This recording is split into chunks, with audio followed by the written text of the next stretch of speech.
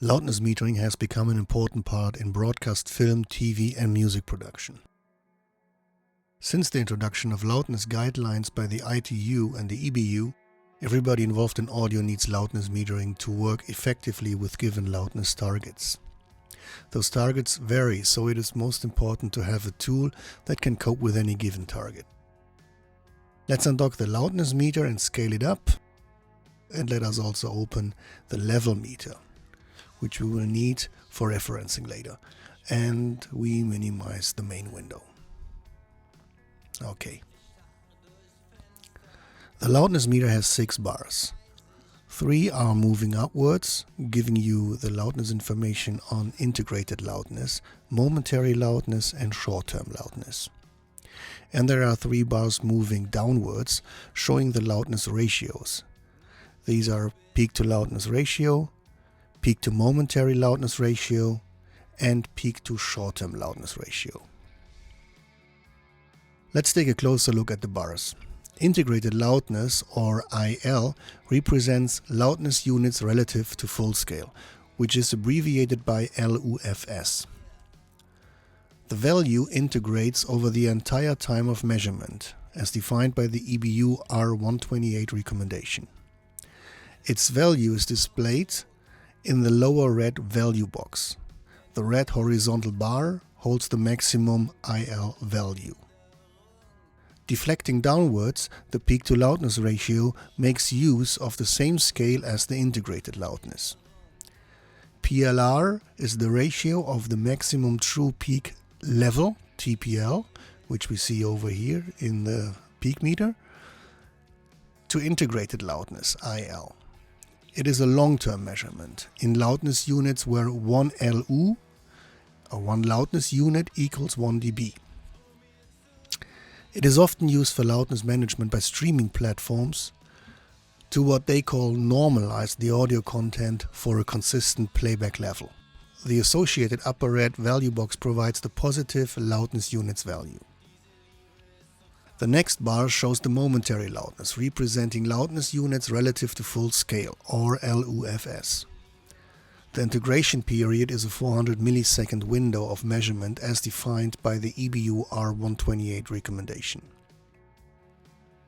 The momentary loudness bar deflects upwards and its value is displayed in the lower petrol value box. A petrol colored horizontal bar holds the maximum momentary loudness value.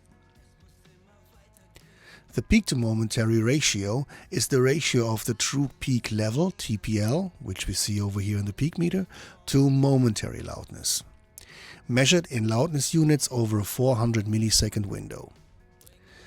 The peak to momentary ratio bar deflects downwards and its positive LU value is displayed in the upper petrol value box.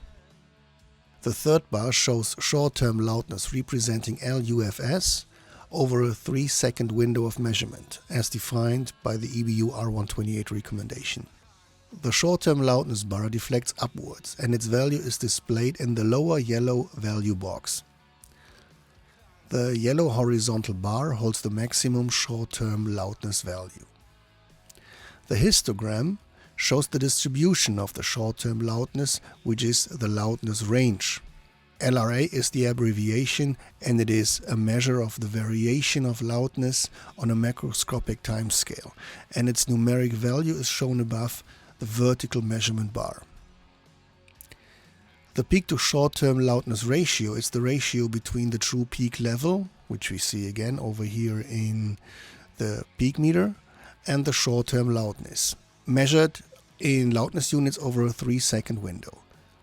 The PSR bar deflects downwards and its value is displayed in the upper yellow value box. The peak to short-term loudness ratio is the key value when mixing or mastering a track against a set LU target, which can be selected in this drop-down menu. It gives you 1 dB steps from -3 dB to -23 dB. This covers all possible loudness units targets. The selected value is displayed by this horizontal orange line across the loudness bars. An even smarter view helping you to mix against the target is the timeline display. It shows all three loudness ratios over a certain amount of time. It is possible to cover a larger time frame by just enlarging the instrument window horizontally, like this. The peak-to-loudness ratio is shown as a red line, and it is usually a pretty even line, as this value changes slowly as it integrates over the entire time of measurement. Peak-to-momentary loudness ratio is displayed by the petrol line. This is the most rapid measurement with just a 400 millisecond window.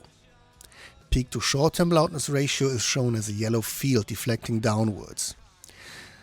It turns into a color-coded display when LU target is defined. The color-coded peak-to-short-term loudness ratio is the most important display when mixing against the loudness target. Blue indicates areas where the mix is cold, and peak-to-short-term loudness ratio is higher than the target, allowing for more compression or limiting. Let me change the target to show you the color change.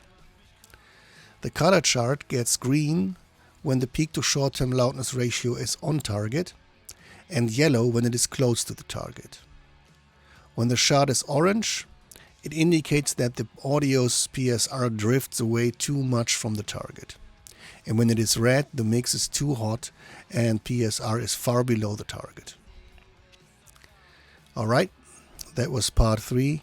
The next video deals with the bit monitor. See you then, have fun and bye bye.